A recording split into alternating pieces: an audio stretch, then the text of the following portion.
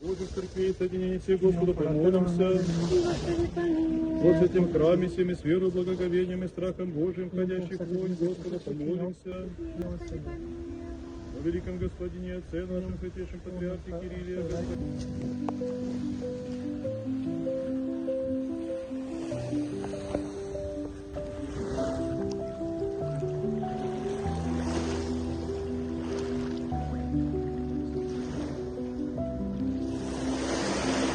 Георгий, во имя Отца, аминь, Сына, аминь, и Святаго Духа, аминь. Поздравляем Георгия. Крещается раб Божий Исидор. Во имя Отца, аминь, Сына, аминь, и Святаго Духа, аминь. Во Христа крестися, во Христа облекотися.